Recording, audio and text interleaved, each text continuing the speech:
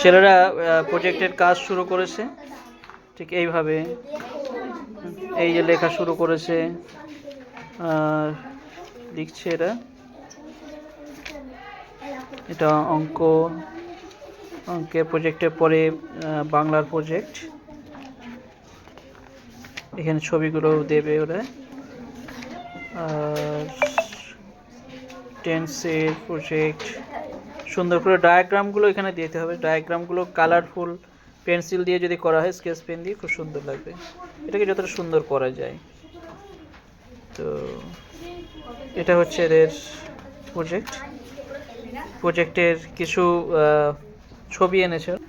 ছবি বা সবই তো রবীন্দ্রনাথ ঠাকুর, তোমাদের রবীন্দ্রনাথ আছে তাই তো? ওকে, ঠিক আছে, সুন্দরভাবে করো। তাই না তোমার প্রজেক্টের খাতা, এর উপরে একটা করবে আর্ট পেপার দিয়ে সুন্দর করে সেটাতে ছবি এঁকে নেবে, ঠিক আছে, সুন্দরভাবে।